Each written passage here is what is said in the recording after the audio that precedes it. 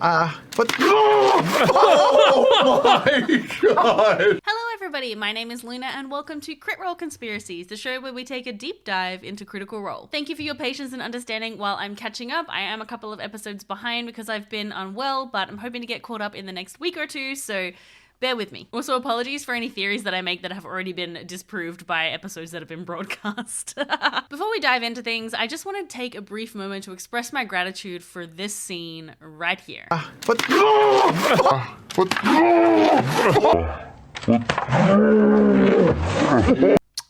So good. The episode begins with a little heart-to-heart between Dusk and Fern, and it seems like Dusk shares a lot of Fern's kind of chaotic tendencies, and in fact, she encourages Fern to embrace those tendencies and to not let herself be put in any boxes and to just do whatever she wants to do. Dusk also talks about how Birdie and Ollie pretty much felt like family and how they grew really close in their time together during the Feywild, which I think is probably a ruse now, given that we know that Dusk is a traitor.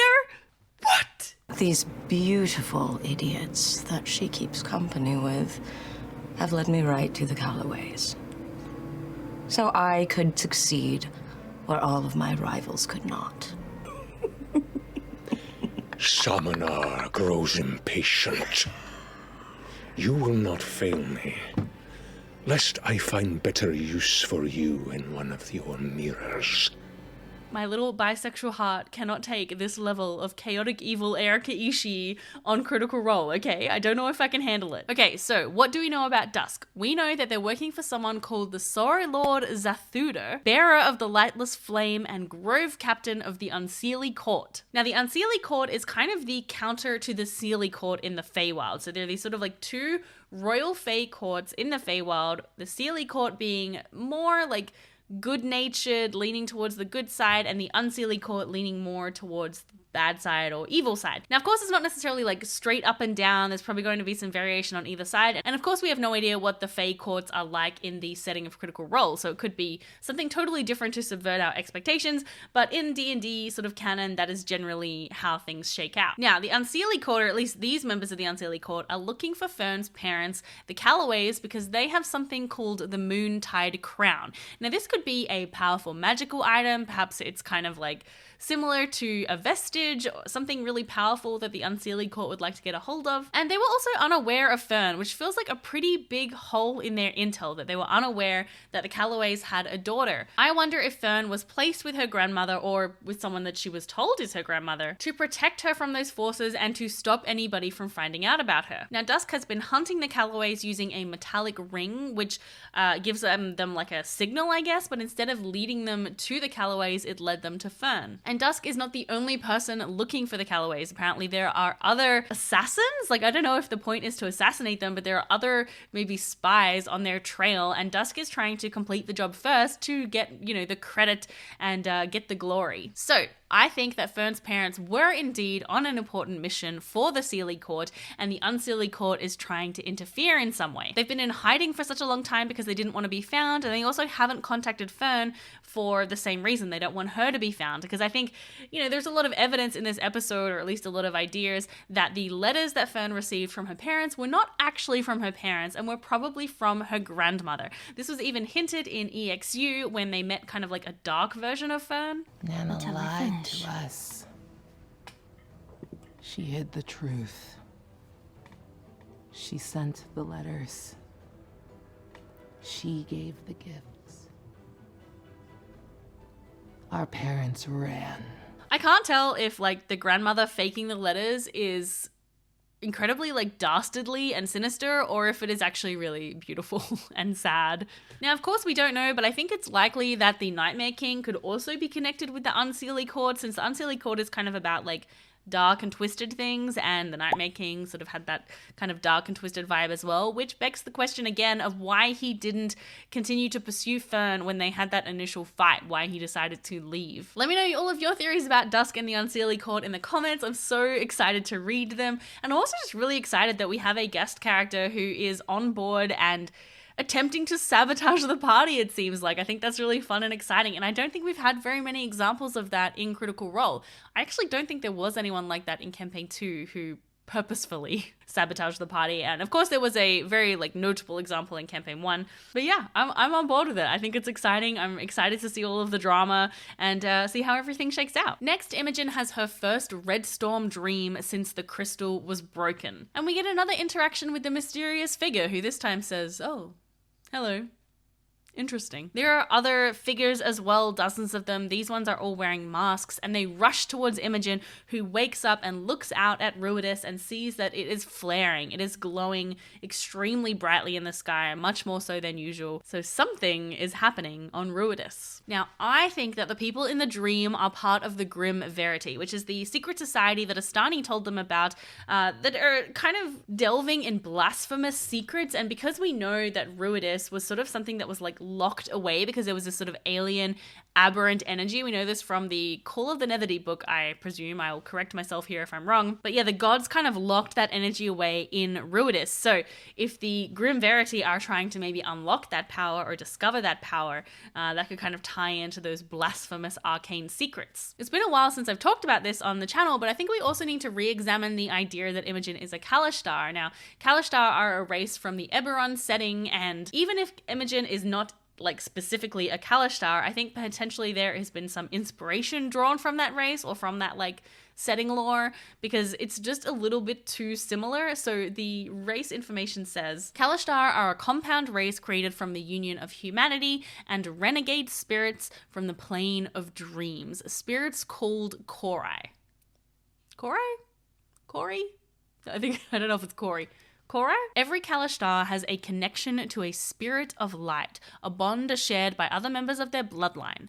Kalashtar appear human, but their spiritual connection affects them in a variety of ways. Kalashtar can't directly communicate with their Korai spirits. Rather, they might experience this relationship as a sense of instinct and inspiration, drawing on the memories of the spirit when they dream. This connection grants Kalashtar minor psionic abilities as well as protection from psychic attacks. So I'm wondering if this idea of like the Kalashtar all being connected and all like having this kind of spirit connection is what we're going to see play out with Imogen and other Ruidusborn if we kind of take that idea and plop it on top of Ruidusborn. It could be that some of these Ruidusborn have banded together to form this society, the Grim Verity. As always, let me know your Ruidus thoughts in the comments. The next morning, as the party leaves the Raha Den, they are confronted by a group from the Paragon's Call led by someone called Ranvir the Take.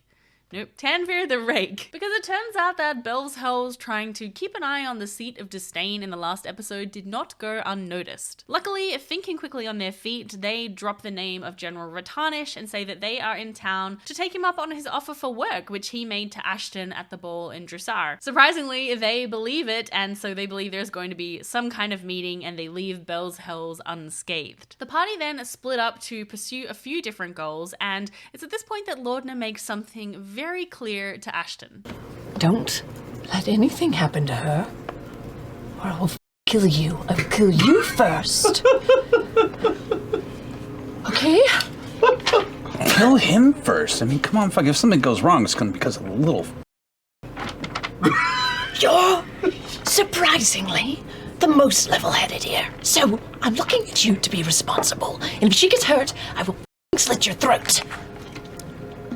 Pate will come to life and you will eat your eyeballs out of their sockets. I'd like to say a quick thank you to all of my patrons and YouTube members for supporting my videos and this channel, and a special welcome to new patron Yasha. If you'd like to support the channel, you can find out more information in the description below, because that's where it is.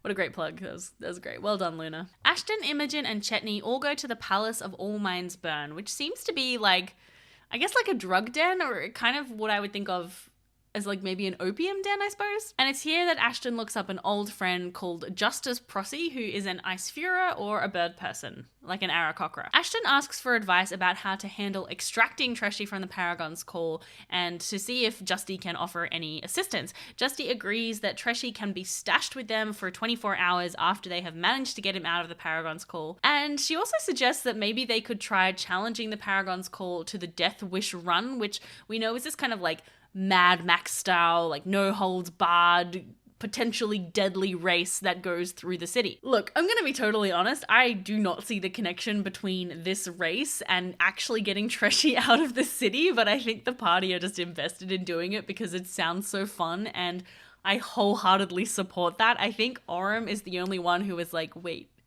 why are we doing this race? But they're all just like, oh, it's gonna be great, it'll totally work out. Sometimes you just gotta justify things how you can because they're fun and you want to do it and you're playing D&D and why not? Before they leave, Imogen opens her mind to the people in this palace and discovers this kind of like weird static, this sort of like underwater almost sound, and this feeling that all of the minds here are connected, and they are also connected to something that she sort of senses below, like a hive mind below. Okay, here's my kind of wild theory, which I've got nothing to back it up, but you know, here we go. I think there is some kind of weird like fungal being or creature underneath the palace, which is sort of like the source of the drug that they're all taking, and also explains kind of the like moldy smell and the residue that's all over everything in this palace. And I think that maybe imbibing that kind of like fungal thing is what enables them to all be connected in like a hive mind in the way that a lot of like fungal spores can be connected.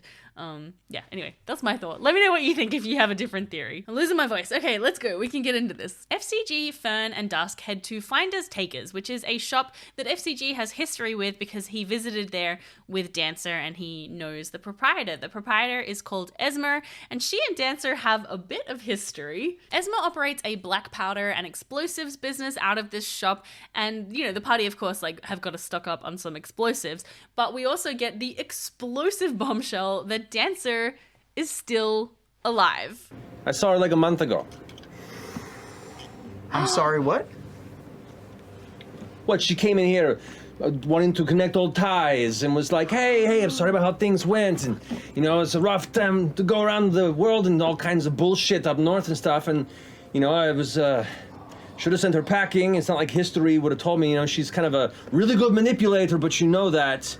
I did not see this coming. I thought Dancer was well and truly gone and we were maybe going to learn something about her, you know, through other means, but this is such an exciting revelation and it completely blows FCG's mind, who is now questioning everything that he remembers about what happened. We also learned that Dancer had a new metal arm, a prosthetic arm, when she visited the shop last, so I'm wondering if she did sustain some injury in the attack that FCG remembers, and that's why she has this prosthetic arm now. Okay, so here's a couple of theories about what is going on here with Dancer. Number one, FCG's memories have been modified for some reason. So he remembers Dancer dying, but she didn't actually die. Number two, FCG has different memories of different people or personalities kind of like banging around in his head, and they're all getting jumbled up and confused. Number three, Dancer did die and the other person is an imposter. I don't know, it could happen. Dancer did die and she was revived later, and she thought that FCG was dead, so she didn't ever bother to go looking for him. Yeah, I think that's all of my ideas about Dancer. Let me know your theories in the comments below. Ooh, just like big lore drops galore in this episode. Orym and Laudna have a bit of an uneventful afternoon. They spend the time at the Seat of Disdain, and they do actually see Treshi come out at one point for a smoke, so they can confirm that he is indeed in the building and that he's being kind of nervous and a bit skittish, probably because he knows there are a lot of people looking for him. The group all meet up and head to Imahara Joe's, Imahara Joe of course being a tribute to Grant Imahara from, most well known for Mythbusters, and he is the head engineer here in Basra. He works out of a very fortified and armored workspace where we see a lot of different automatons, one in particular that sounded pretty much like the spider from Wild Wild West. And we see also that he works with these power sources, these crackling blue power sources that are very similar to the ones that the Nightmare King was using in his experiments. Now the party are here for a couple of reasons. Number one, they're here to ask Joe about Fern's parents because they said they would meet Fern at this location, and they're also here to find out about getting a crawler, which is the like automaton that you can like ride on, because they want to acquire one for the Death Wish run. Joe tells the party that Fern's parents did come in every few months, and the reason they came in was because they were after these crackling blue power sources as well. Interestingly, he does note that they never came in together, which I thought was an interesting detail, and I'm not quite sure what it means. And we also get the big confirmation and big reveal that FCG is indeed an Aormaton. But you, the folks of Aor managed to bring sentience to their automatons. And eventually they fought for their freedom. And then these Aormatons became citizens. And they were the only source of folks like you before it fell.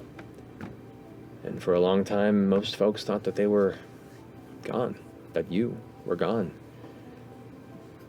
Past 5 or so years, though, there's been whispers, rumors that some have been showing up, waking up. So there's more people like you. It has been listed as his race on Crit Role stats since the very beginning of the campaign because Matt confirmed that that is what he was. But it's just nice to have it spelled out in the campaign that yes, he is centuries and centuries old. He is from pre-Divergence, so before the Calamity. And we know that Aormatons have been waking up in the last 5 years or so because Devexian, who was an Aormaton that Mighty Nine met in Campaign 2, said that he was going to do his best to wake up as many of his brethren as he could. So I wonder if FCG did wake up around that time since he says he is about 4 years old or so. It is going to be fascinating learning more about FCG's time in Aor and what he remembers about, pre-Divergence Exandria. It'll be interesting to see if we get a storyline where he unlocks those memories and he remembers that part of himself and who FCG is with all of those memories. Hopefully FCG will get the courage to contact Dancer soon so we can get a few more answers about what happened in those minds. Well, that's it from me this week. Thank you so much for your patience. I know I'm a bit behind, but as I said, I'll try and catch up as quickly as I can. If you want a place to watch Critical Role live with a bunch of other passionate critters who enjoy talking about wacky theories, then you should jump into my Discord because we have a live watch party every week and it's just a good, fun place to hang out. So if you want to do that, the link is in the description below. All right, I'll see you next time. Bye! Let me just take a moment to admire my jacket because I didn't really move enough to show it off. I'm gonna put more shimmying in my videos. Okay. Wait, before we go our separate ways, everybody hands in. The thing that we say on 3. Ready? Okay. 1, 2, 3. The thing that we say. Okay, we'll figure it out.